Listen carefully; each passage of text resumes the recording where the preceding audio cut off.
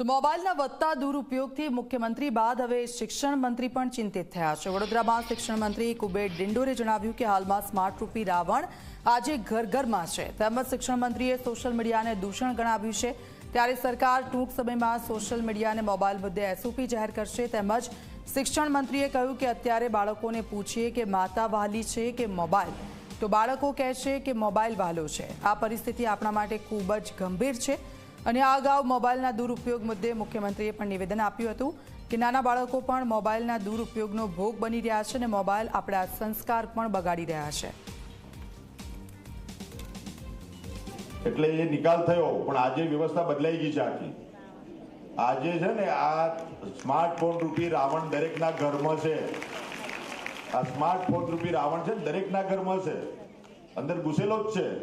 એટલે રાવણને દૂર કરવા માટે અત્યારે કવિઓ પાછા લખે છે। એટલે કવિઓ એમ લખે છે, કિતને રાવણ કી બાહેं કાટું કિતની લંકાએ જલાઉં, कितने रावण की बाहें काटूं कितनी लंकाएं जलाऊं, घर घर रावण घर घर लंका इतने राम में कहां से लाऊं।